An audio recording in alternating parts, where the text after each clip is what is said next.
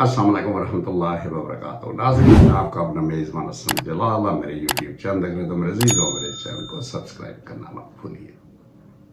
آپ سب جانتے ہیں کہ شریف خاندان نے ہمیشہ موٹرویز بنانے کا کریڈٹ لیا. اسپیشلی یہ مولانا نواز شریف ہمیشہ قوم سے یہی کہتا ہے کہ میں نے آپ کے لیے موٹرویز بنائے، جبکہ اس نے اربوں روپے کی کمیشن کی. اس کا موٹروے بنانے کا مقصد ہی کرپشن کرنا ہے میرے عزیزوں. لیکن جرمنی کا موٹروے سسٹم پاکستان سے کئی 100 گنا زیادہ بہتر ہے.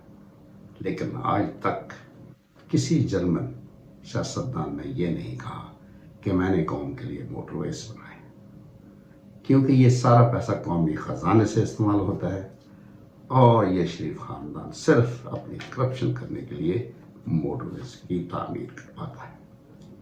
اسی طرح اگر کہیں ڈکیتی ہوتی ہے تو اس کا ذمہ دار SHO ہے، اور اگر بجلی چوری کی جاتی ہے تو اس کا ذمہ دار لائن مین ہے. ملاوٹ کرنے والے کو پکڑنے کے بجائے آپ فوڈ انسپیکٹر کو پکڑیے.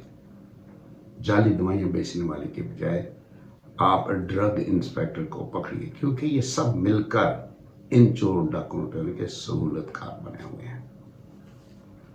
میرے پاکستانیوں، دنیا میں اسموک پر قابو پانے کے لیے دھواں دار فیکٹریاں اور کاروں کو بند کیا جاتا ہے، لیکن ہمارا پاکستان باہر ملک ہے جہاں اسکولوں مدرسوں کو بند کیا جاتا ہے، کیونکہ دھواں چھوڑنے والے یہ کارخانے اور گاڑیاں سب ان کرپٹ سیاستدانوں کی ہیں. اور یہ بڑی تلخ حقیقت ہے کہ ننگا جسم ڈھانپنے کے لیے کوئی 1 روپیہ بھی نہیں دیتا، مگر جسم ننگا کرنے کے لیے لوگ دولتیں لٹا دیتے ہیں، کیونکہ یہ سیاستدان دولت اور عورت کے پجاری ہیں. میرے عزیزوں، میرے ہمدردوں، یزید نے ووٹ ہی مانگا تھا، لیکن حضرت امام حسین علیہ السلام نے اپنا سارا خاندان شہید کروا لیا، لیکن سچ اور حق پر ڈٹے رہے اور یزید کو ووٹ نہیں دیا تھا. اسی طرح ہمارے سیاستدان، جن میں علیم خان صاحب نے کہا کہ عمران خان 3.5 سال اپنی اولاد کا نہیں بن سکا، پاکستان کا کیسے بن سکتا ہے؟ میرے عزیزو، یہ وہ غدار ہے جس نے اپنے اقتدار کی خاطر اس چور کرپٹ نواز شریف کا ساتھ دیا تھا.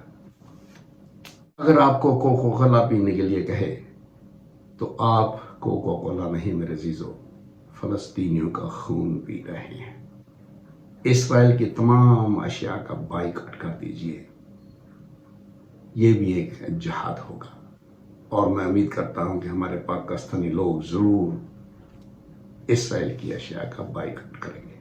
میرے پاکستانیوں، ووٹ اس شخص کو دیجئے جس نے یہودی گھر میں کھڑے ہو کر کہا تھا کہ حضرت محمد صلی اللہ علیہ وسلم ہمارے دلوں میں بستے ہیں. آج تک کسی سیاستدان کی یہ کبھی جرت نہیں ہوئی کہ یہودی گھر میں کھڑا ہو کر ایسا بیان دے.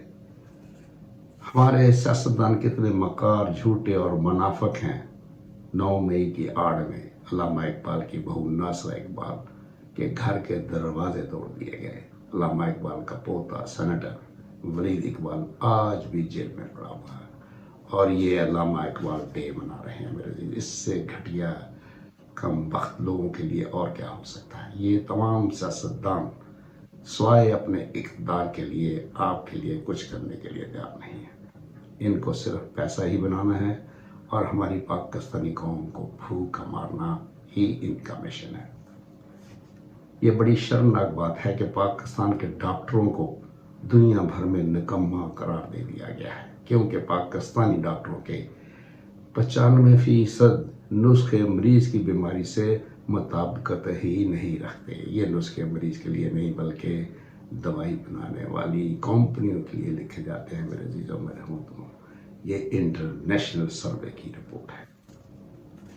نواز شریف نے اپنی تقریر میں کتنے جھوٹ بولے. اس نے یہ شو نہیں کیا کہ 3 سال اور 11 مہینے جو علاج کرواتا رہا اس کا کیا بنا.